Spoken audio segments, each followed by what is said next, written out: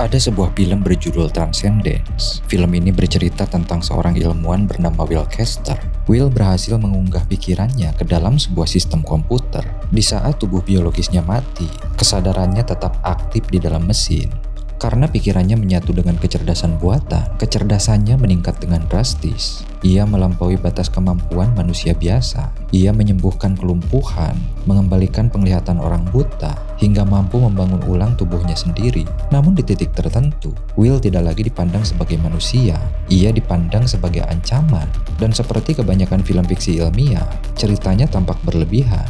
Namun film ini tidak dibuat tanpa alasan. Cerita ini berangkat dari sebuah hipotesis ilmiah nyata. Hipotesis itu dikenal dengan istilah singularity. Singularity menggambarkan masa depan ketika perkembangan teknologi melampaui kemampuan manusia untuk mengendalikannya. Konsep ini dipopulerkan melalui buku The Singularity is Near. Di sana dijelaskan bahwa teknologi tidak berkembang secara linier. Teknologi berkembang secara eksponensial. Artinya setiap lompatan kemajuan terjadi semakin cepat. Dan jika tren ini terus berlanjut, kecerdasan buatan pada suatu titik akan menyamai kecerdasan manusia, bahkan melampaui kecerdasan kolektif seluruh umat manusia. Dalam skenario ini, singularity diperkirakan terjadi ketika otak manusia mulai terintegrasi langsung dengan komputer, dan proses itu bukan lagi sekedar fiksi. Karena saat ini, teknologi chip otak sudah dikembangkan. Beberapa di antaranya memungkinkan makhluk hidup mengendalikan komputer hanya dengan pikiran. Bidang ini dikenal sebagai Brain Computer Interface atau BCI. BCI menghubungkan otak manusia secara langsung dengan mesin, dan secara teoritis, teknologi yang sama dapat digunakan untuk menyalin aktivitas otak ke dalam sistem komputer, persis seperti yang digambarkan dalam film Transcendence. Jika perkembangan ini terus berlanjut, masa depan tidak hanya akan terasa asing, masa depan juga berpotensi sangat berbahaya. Dalam fisika dan matematika, singularity memiliki makna khusus. Singularity merujuk pada titik ekstrim, titik di mana hukum yang berlaku tidak lagi dapat digunakan. Dalam fisika, singularity dikenal sebagai pusat lubang hitam. Di sana kelengkungan ruang dan waktu menjadi tak terhingga, dan hukum fisika berhenti bekerja. Sementara dalam matematika, singularity merujuk pada kondisi serupa, yaitu ketika suatu fungsi menuju tak terhingga atau tidak terdefinisi. Contoh paling sederhana adalah pembagian dengan nol, dan intinya, singularity adalah kondisi yang melampaui kapasitas perhitungan dan logika manusia.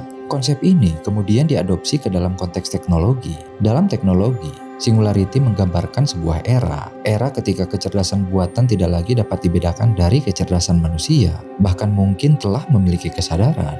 Pada tahap ini, AI tidak hanya menjalankan perintah, AI mampu mengembangkan dirinya sendiri, mampu meningkatkan kecerdasannya secara mandiri, dan AI melampaui batas kemampuan manusia dalam semua aspek kognitif. Keyakinan bahwa singularity akan terjadi tidak muncul begitu saja. Keyakinan ini didukung oleh pola perkembangan teknologi. Teknologi berkembang secara eksponensial, bukan linier. Dan salah satu dasar pemikiran ini dikenal sebagai hukum Moore. Hukum Moore menyatakan bahwa jumlah transistor dalam sebuah chip akan berlipat ganda setiap 2 tahun. Transistor adalah unit dasar dalam pemrosesan komputer. Semakin banyak transistor, semakin besar kapasitas komputasi, dan peningkatan inilah yang mendorong kemajuan pesat kecerdasan buatan. Namun AI tidak berkembang secara terpisah. Perkembangannya sangat bergantung pada riset otak manusia. AI diciptakan untuk meniru kecerdasan manusia, dan karena itu, semakin dalam manusia memahami otaknya sendiri, maka semakin canggih AI dapat dibuat. Disinilah letak sisi mengerikannya. Singularity tidak hanya menyangkut mesin, tetapi juga menyangkut manusia itu sendiri. Riset otak saat ini membuka kemungkinan baru. Kemungkinan bahwa manusia suatu hari mampu meretas mekanisme pikirannya sendiri. Otak manusia tersusun dari sekitar 100 miliar neuron. Neuron-neuron ini saling terhubung melalui sekitar 1000 triliun sinaps. Neuron berkomunikasi dengan 2 mekanisme utama, sinyal listrik dan zat kimia yang disebut neurotransmitter. Di dalam satu neuron, informasi bergerak sebagai impuls listrik. Dan ketika impuls listrik mencapai ujung neuron, sinyal diteruskan ke neuron lain. Caranya melalui pelepasan neurotransmitter di celah kecil yang disebut sinaps. Seluruh aktivitas manusia bekerja dengan prinsip ini, mulai dari gerakan tubuh, pikiran, emosi, hingga keputusan sadar. Semuanya merupakan rangkaian sinyal listrik dalam jaringan saraf. Sinyal-sinyal ini dapat dibaca dengan menggunakan alat seperti EEG atau elektroensepalogram.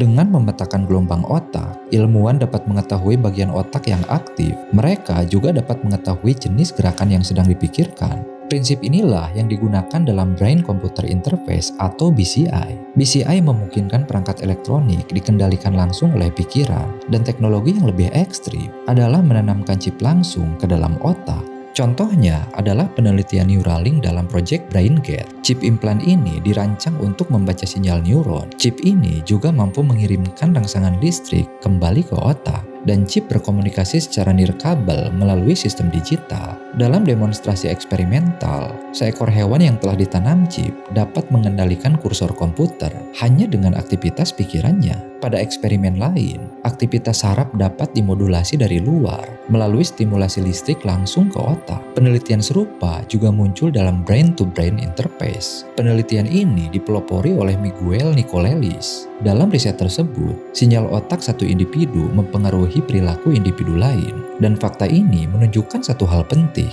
bahwa teknologi antarmuka otak dan komputer tidak lagi bekerja satu arah. Otak tidak hanya mengirim perintah ke mesin, otak juga dapat menerima dan diubah oleh mesin. Dan pada titik ini, otak tidak lagi sekedar pengendali, otak menjadi bagian dari jaringan kontrol. Secara teoritis, teknologi ini dapat digunakan untuk tujuan medis, mulai dari mengobati kelumpuhan hingga memulihkan gangguan saraf. Namun muncul satu pertanyaan penting, apa yang terjadi jika kontrol ini jatuh ke tangan yang salah? Dan pertanyaan yang lebih jauh, apakah mungkin suatu hari manusia dapat mengunggah pikirannya ke dalam komputer? Secara konsep hal ini tentu mungkin, namun secara praktik hampir mustahil. Kompleksitas otak manusia jauh melampaui kemampuan komputasi saat ini. Bahkan untuk mensimulasikan sebagian kecil otak hewan, dibutuhkan superkomputer sangat besar.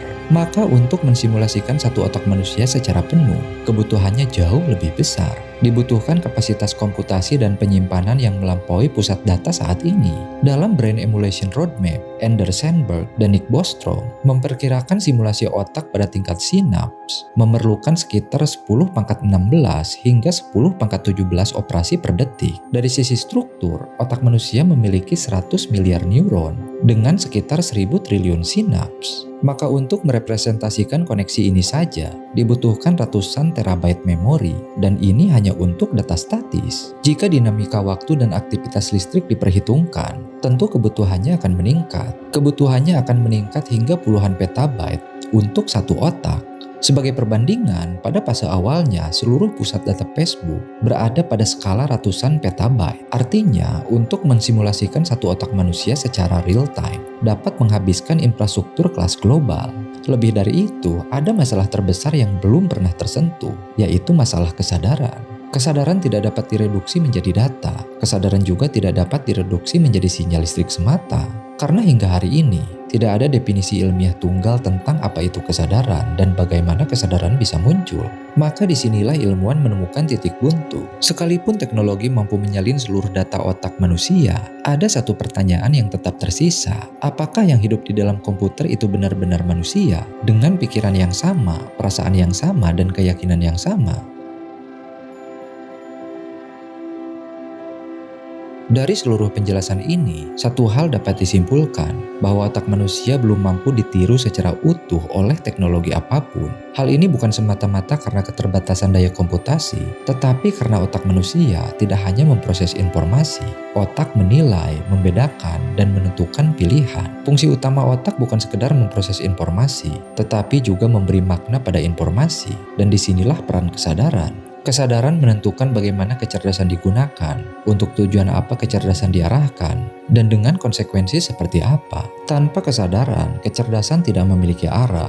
Ia hanya menjadi mekanisme pengolahan sinyal. Kesadaran pula yang membuat kita mampu menilai, membedakan yang baik dan yang buruk, dan memilih di antara keduanya. Dan ketika kemampuan ini melemah, satu pertanyaan muncul. Apakah masalahnya pada teknologi atau pada cara kerja otak kita sendiri? Karena jika kita terus-menerus gagal membedakan yang baik dan yang buruk, maka kecerdasan tidak lagi bekerja sebagai penuntun. Ia hanya bergerak tanpa arah, sama seperti mesin.